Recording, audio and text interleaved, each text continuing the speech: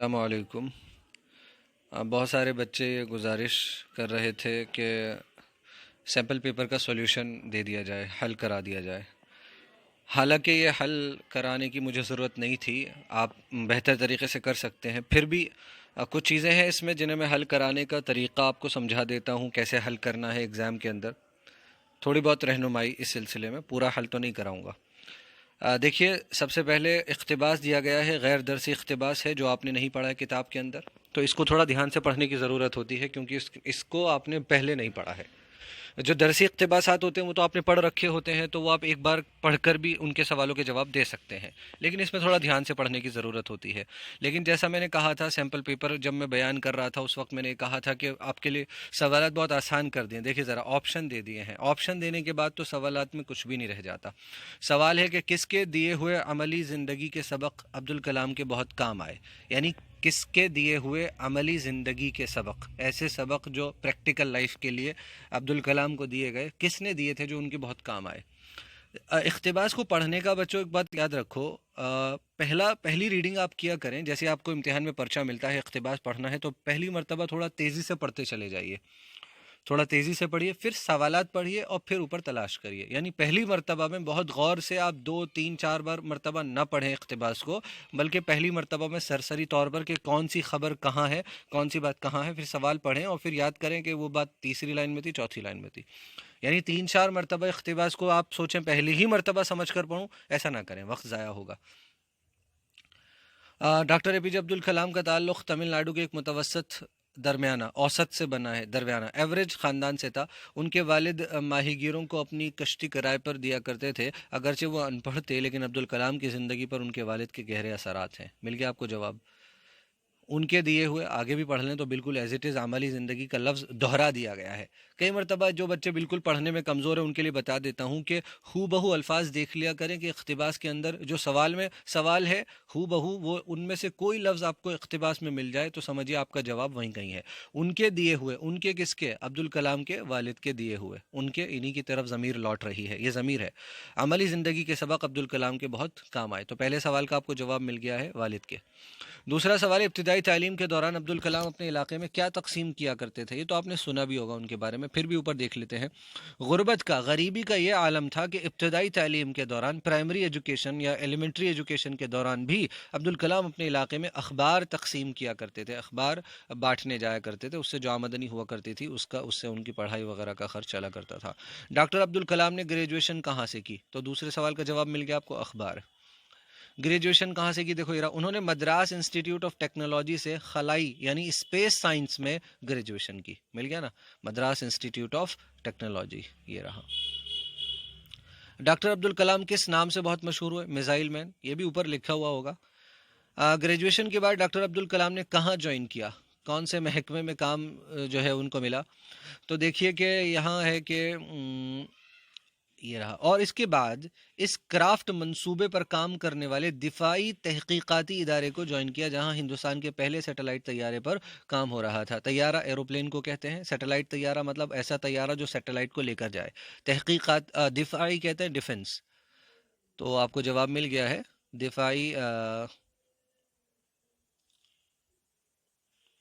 دفاعی تحقیقاتی ادارے میں انہوں نے جوائن کیا تھا۔ غیر درسی شعری حصہ آ گیا۔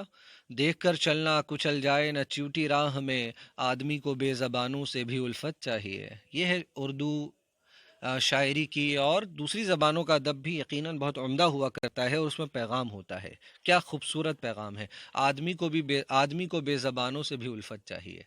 جو بے زبان ہے، اپنی تکلیف بیان نہیں کر سکتے، اپنا دکھڑا نہیں سنا سکتے اللہ کے سوا کسی کو، انسانوں کو، ان سے بھی الفت محبت رکھنی چاہیے۔ ہے اسی میں بھید عزت کا اگر سمجھے کوئی، بھید یعنی راز۔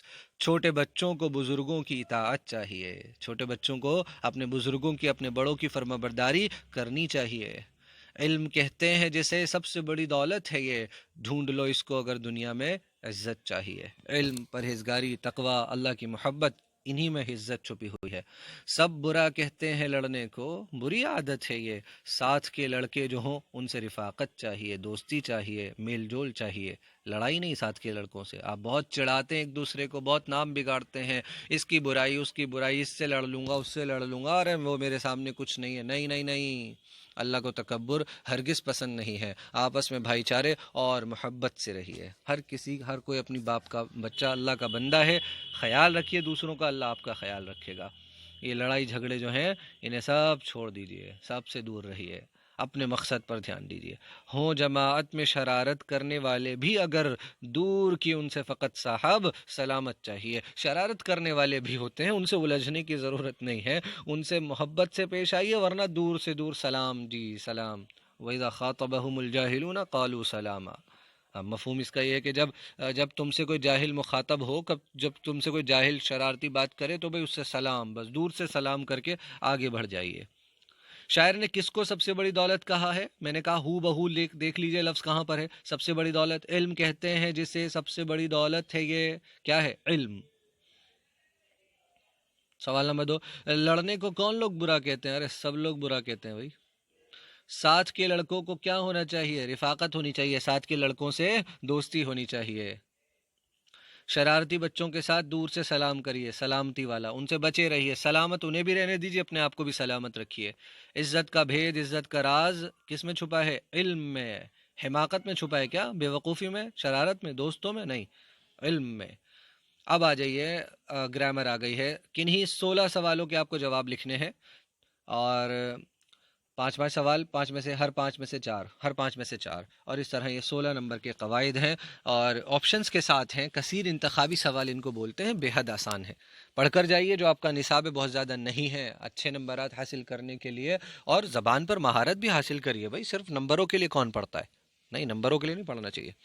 وہ کام جو گزرے ہوئے زمانے میں کیا گیا ہو، وہ کام جو زمانہ چل رہا ہے آپ اس کو جانتے ہیں، حال کہتے ہیں. جو زمانہ آئے گا وہ مستقبل، ابھی دیکھا نہیں کسی نے، مستقبل کے بارے میں صرف اور صرف اللہ جانتے ہیں.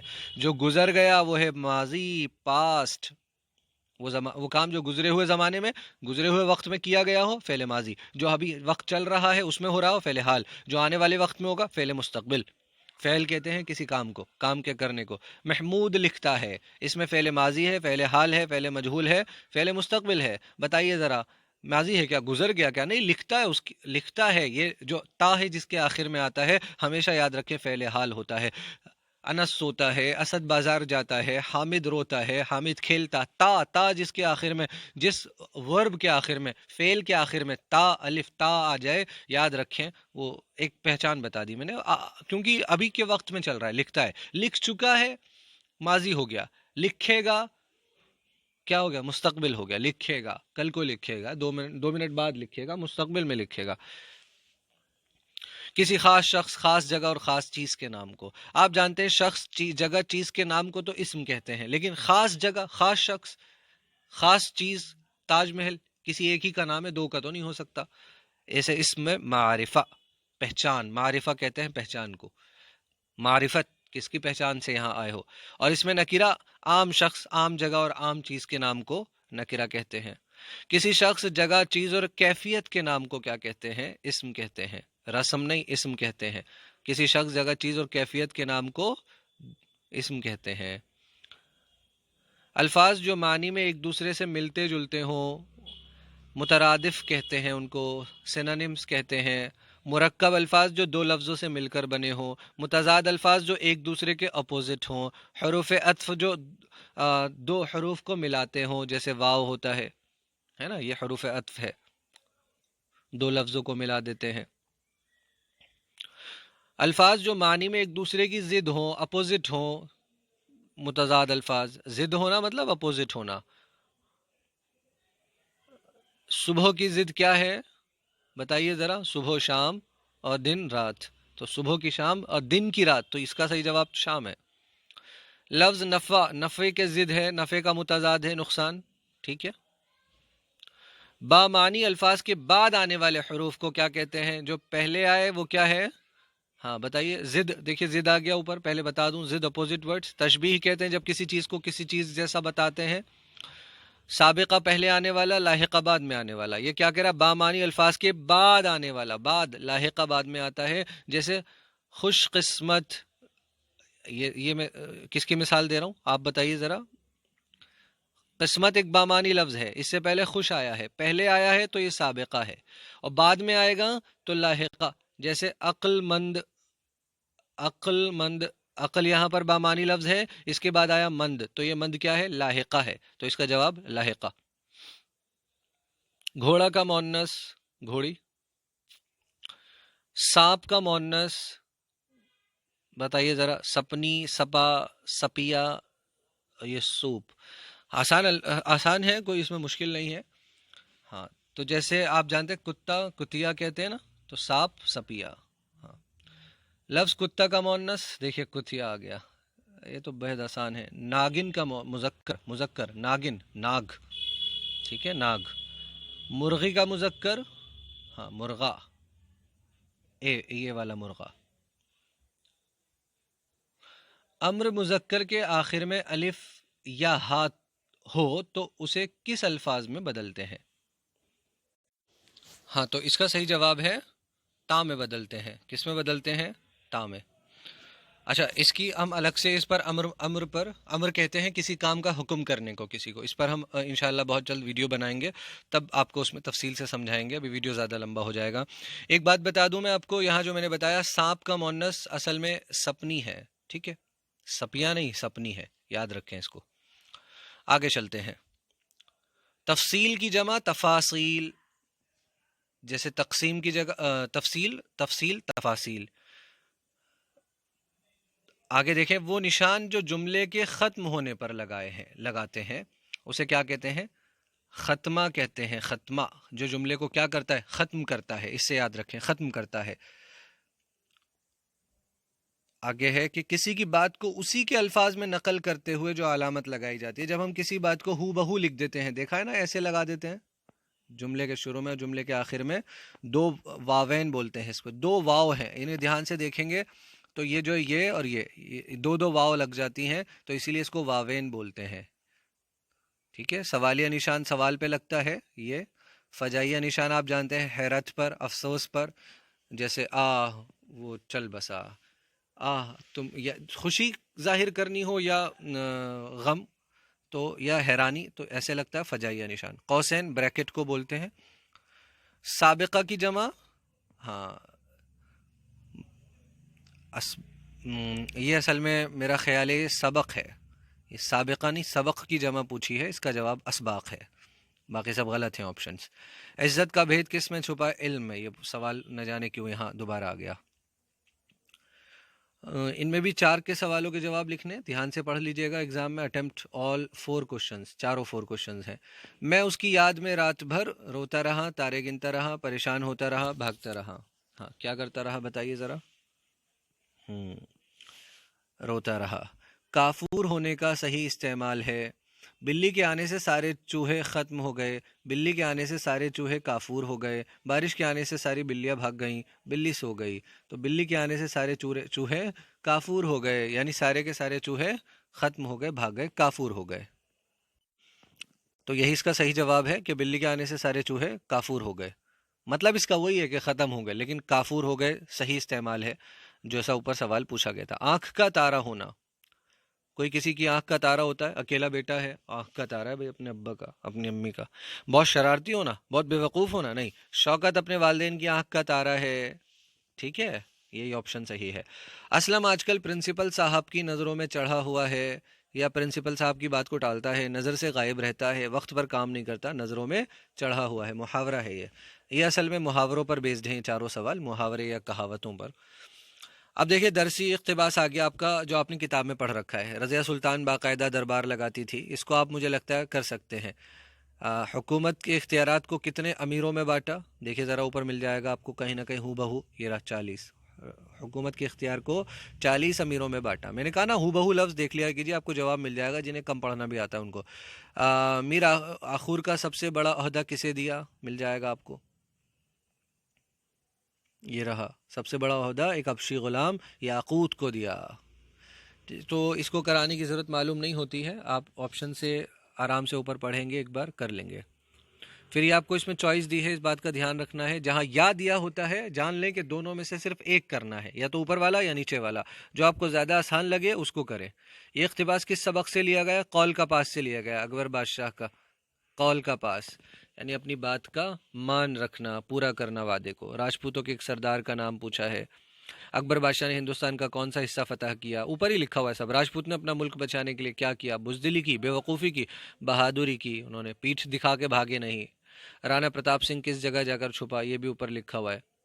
شعری حصے کو غور سے پڑھیں۔ ہے دنیا جس کا ناؤ میاں، یہ اور طرح کی بستی ہے، جو مہنگوں کو تو مہنگی ہے اور سستوں کو یہ سستی ہے۔ یہاں ہر دم جھگڑے اٹھتے ہیں، ہر آن عدالت بستی ہے، گر مست کرے تو مستی ہے، اور نیکی اور بدی نظم ہے یہ، نذیر اکبر آبادی کی نظم نیکی اور بدی۔ درج بالا شعری حصہ کس نظم سے لیا گیا؟ نیکی اور بدی سے لیا گیا ہے۔ جو کسی کا مان رکھتا ہے اسے بدلے میں کیا ملتا ہے؟ ذلت ملتی ہے؟ مان ہی ملتا ہے، عزت ہی ملتی ہے، غربت، غریبی، لڑائی نہیں۔ شاعر نے دنیا کو کس طرح کی بستی کا، ہاں یہ اور طرح کی بستی ہے، مہنگوں کو تو مہنگی ہے، سستوں کو تو سستی ہے۔ کس طرح کی بستی بتایا ہے؟ سستی مہنگی، خراب اچھی، پان، تو سستی مہنگی، سستوں والوں کو سستی، مہنگے والوں کو مہنگی، اے اس کا آنسر ہے۔ روٹی دینے والے کو کیا ملتا ہے؟ ہاں خود بھی اس کو بدلے میں روٹی ملتی ہے، نان ملتا ہے یا روٹی ملتی ہے۔ تو اوپر دیکھیں گے آپ، اگر اب وہاں روٹی بھی لکھا ہوا ہے، نان بھی لکھا ہوا ہے، اسی لیے یہاں دیکھ لیں تو آپ کو مدد مل جائے گی۔ جو روٹی دے تو نان ملے، تو اسی لیے یہاں کے حساب سے صحیح جواب نان ہوگا۔ حالانکہ اس طرح کے سوال ایگزام میں نہیں آئیں گے، یاد رکھنا، مطلب ایسا نہیں ہوگا کہ روٹی بھی دے دے نان بھی دے دے، اور ایسا آ جائے تو نظم کو دیکھیے، نظم میں جو لفظ لکھا ہو وہ صحیح جواب ہے۔ نقصان کرنے والے کو بدلے میں کیا ملتا ہے؟ احسان ملے گا، روٹی ملے گی، نان ملے گا، نقصان ہی ملتا ہے، کسی نہ کسی طرح نقصان ہی مل جاتا ہے، حالانکہ ہمیں کرنا نہیں چاہیے۔ اس میں یہ تعلیم نہیں ہے کہ جو ہمیں دھوکہ دے اسے دھوکہ دو، جو ہمیں نقصان پہنچا اسے نقصان پہنچاؤ، نہیں نہیں نہیں، ہرگز ایسا نہیں کرنا۔ یا یعنی اب چوائس مل گئی ہے ایک اور، رباعی ہے، رتبہ جسے دنیا میں خدا دیتا ہے، وہ دل میں فروتنی کو، عاجزی کو، انکساری کو، چھوٹے پن کو جگہ دیتا ہے، جا دیتا ہے مطلب جگہ دیتا ہے۔ کرتے ہیں تہی مغز ثنا آپ اپنی، جو ظرف کے خالی ہے صدا دیتا ہے، خالی برتن بہت آواز کرتا ہے، اور جو تہی مغز ہوتے ہیں، کم عقل ہوتے ہیں، وہی اپنی آپ مومیا مٹھو ہوتے ہیں، خود کی تعریف کرتے ہیں۔ درج بالا شعری حصے کا تعلق شاعری کی کس صنف سے ہے؟ رباعی سے ہے۔ 4 مصرے ہیں اس میں، 4 مصروں میں بات پوری ہو گئی ہے۔ پہلا، دوسرا اور چوتھا مصرع جو ہے وہ ہم قافیہ اور ہم ردیف ہے۔ آگے دیکھیں، درج بالا شعری حصے کا تعلق کس شاعر سے ہے؟ میر انیس کی رباعیاں ہیں، یہ پڑھ رکھی ہیں آپ نے، ایک سبق ہے اس پر، رباعیات۔ اپنی ثنا آپ، اپنی تعریف آپ کون کرتا ہے؟ مغرور لوگ کرتے ہیں، جو غرور کرنے والے لوگ ہوتے ہیں۔ شاعر نے دنیا کو سرائے فانی، ختم ہونے والی جگہ، ایسا سرائے، ایسا مسافر خانہ جو فانی ہے، ختم ہو جائے گا، کیوں کہا ہے؟ کیونکہ ہر چیز کو اس نے فنا ہوتے ہوئے دیکھا ہے۔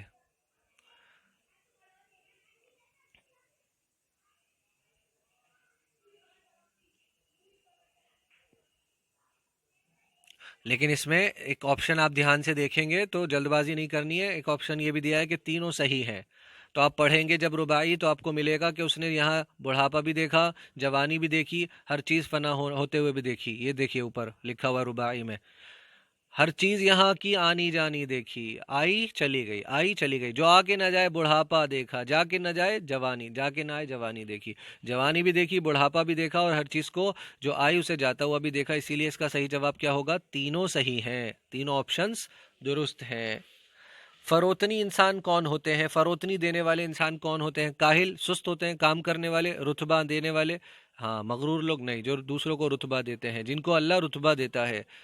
تحریری مہارت 40 نمبر کتاب میں سے دیا گیا۔ بریل ایجاد کرنے والے کا نام کیا تھا؟ آپ جانتے ہیں لوئی بریل، جنہوں نے آنکھ کے جو آنکھوں سے معذور ہیں ان لوگوں کے پڑھنے کے لیے ایک جو ہے وہ پوری اسکرپٹ تیار کی تھی، جس سے ہم وہ اندھے لوگ، بیچارے معذور لوگ پڑھ سکتے ہیں۔ رگھوپت نے پہرے دار کی مدد کس طرح کی؟ یاد ہے آپ کو؟ ہاں، قول کا پاس سبق سے لیا گیا۔ 4 سوالوں کے جواب لکھنے ہیں، 2 نمبر کا جواب ہے۔ اردو کہاں پیدا ہوئی اور کس زبان سے نکلی؟ لوگ سفید چھڑی کیوں رکھتے ہیں؟ یہ معذور لوگوں کی، آنکھوں سے معذور لوگوں کی پہچان ہوتی ہے سفید چھڑی۔ رضیہ سلطان کی خوبیاں کیا تھیں؟ آلودگی، گندگی سے کیا مراد ہے؟ ہوا یا پانی یا کسی بھی چیز میں ہوا پانی ہو، اس میں جو آلودگی، ایسی چیزیں جو نقصان پہنچانے والی ہیں، اس چیز کی پاکی کو ختم کر دینے والی ہیں، خراب کرنے والی ہیں، نقصان دہ بنانے والی ہیں، وہ مل جائیں، انہی ساری چیزوں کو آلودگی کہتے ہیں۔ کنہیں دو سوالوں کے جواب لکھنے ہیں، 3 نمبر کا ایک سوال ہے، 6 نمبر مل جائیں گے۔ بیل بوٹوں کو مٹی سے لگایا ہوا کیوں کہا ہے؟ حمد سے یہ سوال پوچھا گیا۔ دل میں فروتنی کو جگہ کون دیتا ہے؟ جو لوگ، ہاں، رتبہ جسے دنیا میں خدا دیتا ہے وہ دل میں فروتنی کو جا دیتا ہے۔ جس کو اللہ تعالیٰ دنیا میں کوئی رتبہ دیتے ہیں، کوئی عزت دیتے ہیں، مرتبہ دیتے ہیں، وہ دل میں فروتنی کو، عاجزی کو، انکساری کو جگہ دیتے ہیں۔ کچھ دیر نہیں اندھیر نہیں سے شاعر کی کیا مراد ہے؟ کہ دنیا کے اندر نہ تو دیر ہے نہ اندھیر ہے، شاعر کی یہ مراد ہے۔ حالانکہ دنیا میں ہم کبھی کبھی دیکھتے ہیں کہ دیر ہو جاتی ہے، اندھیر نہیں ہوتی ہے۔ اندھیر نہیں کا مطلب یہ ہے کہ یہاں جو کچھ کر لو کچھ نہیں ہوگا، ایسا نہیں ہے۔ دیر تو شاعر کی یہاں مراد یہ ہے کہ دنیا کے اندر جو شخص جیسا عمل کرتا ہے، اللہ تعالیٰ بہت جلد اس کو بدلہ دے دیتے ہیں۔ ایسا نہیں ہوتا کہ دیر کریں، یا ایسا بھی نہیں ہوتا کہ اندھیر ہے، کچھ بھی کرتے جاؤ، نظر نہیں آ رہا، کوئی آپ کو دیکھ نہیں سکتا، آپ کچھ بھی کرتے چلے جائیں، ایسا نہیں ہے۔ ایسا ہوتا تو ہم کہتے کہ اندھیر ہے، تو کچھ دیر نہیں اندھیر نہیں۔ ٹھیک ہے، آگے دیکھیں۔ کسی ایک عنوان پر 250 الفاظ پر مشتمل آپ کو ایک مضمون لکھنا ہے۔ مضمون لکھنے کے طریقے پر ہم ایک الگ سے ویڈیو انشاءاللہ بہت جلد بنائیں گے۔ یہاں ابھی جو دیے گئے ہیں آپ کو صحت اور کھیل کود وغیرہ، آپ اس میں صحت اور کھیل کود میں کیا تعلق ہے، کھیل کود کی کیا اہمیت ہے، یہ سب بتائیں۔ صحت کے بارے میں، صحت کو کھیل کود کس طرح سے متاثر کرتا ہے۔ قومی تہوار، آپ عید الفطر پر، عید الاضحیٰ پر، کسی پر بھی لکھ سکتے ہیں۔ تاریخی مقامات کی سیر، آپ لال قلعہ گئے مثال کے طور پر، تو اس پر ایک مضمون لکھیں کہ آپ لال قلعہ گئے تھے، لال قلعے کے بارے میں بتائیں 250 الفاظ پر، تقریباً 20 لائن میں۔ پسندیدہ شخصیت، جو بھی آپ کی پسندیدہ شخصیت ہے۔ چھٹی کے بعد اسکول کا پہلا دن کیسا گزرتا ہے، کیا کچھ ہوتا ہے اس سے پہلے، یہ سب لکھنا ہے۔ اپنے دوست کی شادی میں شرکت کے پرنسپل کے نام ایک درخواست، اس پر ہم خط پر تو ہمارا ویڈیو موجود ہے، اور درخواست تو آپ لکھتے چلے آ رہے ہیں۔ آپ لکھیے جناب پرنسپل صاحب، اسکول کا نام لکھیے، اور لکھیے کہ بھئی میرے دوست کی شادی ہے، عرض خدمت یہ ہے، جس طرح آپ لکھتے ہیں آپ کو معلوم ہی ہے۔ عرض خدمت یہ ہے کہ اگلے مہینے یا اس مہینے کی 10 تاریخ کو میرے دوست کی شادی ہے، اور وہ میرا بہت قریبی دوست ہے، میرا جانا وہاں ضروری ہے، اسی لیے میں آپ سے گزارش کرتا ہوں کہ مجھے 2 دن کی جو ہے وہ رخصت، چھٹی دے دیں تاکہ میں دوست کی شادی میں شریک ہو سکوں۔ آپ کا فرمانبردار، اپنا نام لکھیے، ہو گیا سوال۔ اسی طرح خط لکھا، اس پر ویڈیو موجود ہے۔ سالانہ جلسے کی ایک رپورٹ تیار کیجیے، رپورٹ ہم لکھنا سکھائیں گے انشاءاللہ بہت جلد۔ کسی کھیل کا آنکھوں دیکھا حال، اسکول میں اینول اسپورٹس ڈے ہوتا ہے، آپ نے کوئی کھیل ہوتا ہوا دیکھا، اس کھیل کا آنکھوں دیکھا حال آپ کو بیان کرنا ہے۔ یہ 3 سبق دے رکھے ہیں، جس میں سے کسی ایک سبق کا آپ کو خلاصہ لکھنے کا مطلب ہے کہ اس سبق میں کیا، جیسے قول کا پاس ہے، اکبر بادشاہ، اور جو ہے اس میں اصل میں یہ دکھایا گیا کہ کس طرح اس شخص نے اپنی زبان اور اپنے وعدے کو پورا کیا، اپنی جان کی پرواہ نہیں کی۔ تو اس پورے سبق کا خلاصہ، قصہ آپ کو کیا کچھ آپ نے اس قصے کے اندر پڑھا، سارا لکھ ڈالیے۔ اس میں یہ نہیں دیکھنا آپ کو کہ یار یہ تو مجھے اچھے سے آتا نہیں ہے، ارے جو کچھ آپ نے کہانی قصہ پڑھا اس سبق میں، وہ سب لکھ ڈالیے۔ ایک ہی تو کرنا ہے، یا ڈاکٹر بھیم راؤ امبیڈکر پر لکھ دیجئے یاد ہو تو۔ کسی ایک نظم کا مرکزی خیال یعنی پیغام، اس نظم کے اندر شاعر نے کیا پیغام دیا ہے وہ لکھنا ہے۔ اے شریف انسانوں، جیسے اس نظم میں شاعر یہ چاہتا ہے کہ جنگ نہیں ہونی چاہیے، جنگ سے انسانیت کو نقصان پہنچتا ہے، چاہے ہندوستان کا کوئی مرے، پاکستان کا کوئی مرے، بنگلہ دیش کا کوئی مرے، کسی بھی خطے کا مرے، دراصل انسان کی ہی موت ہوتی ہے، اور زمین ہی خراب ہوتی ہے جب توپ اور میسائل گرتے ہیں، چلتے ہیں تو نسلیں روتی ہیں۔ تو اسی لیے اس نظم کے اندر شاعر کا مرکزی خیال، نظم کا مرکزی خیال، بنیادی بات یہ ہے کہ ہم لوگوں کو، ملکوں کو، سیاسی پارٹیوں کو یا سرکاروں کو، حکومتوں کو جنگ سے ہر حال میں بچنے کی کوشش کرنی چاہیے۔ جنگ کے نقصانات شاعر نے بتا کر جنگ سے نفرت پیدا کرنی چاہیے۔ وہ جنگ جو مال و دولت کے لیے، مرتبے کے لیے، یا ذاتی دشمنی کے لیے، یا پھر مال و دولت حاصل کرنے کے لیے، تیل کے کنوؤں پر قبضہ کرنے کے لیے کی جائے، پہاڑ اور گلہری دونوں بات چیت کر رہے ہیں. پہاڑ اور گلہری میں کیا پیغام دیتا ہے شاعر؟ علامہ اقبال کی نظم ہے. وہ کہتے ہیں کہ کوئی بھی چیز اس دنیا کے اندر نکمی نہیں ہے، غیر ضروری نہیں ہے. پہاڑ اپنے اوپر اس نظم کے اندر بہت فخر کر رہا ہے، مغرور ہے.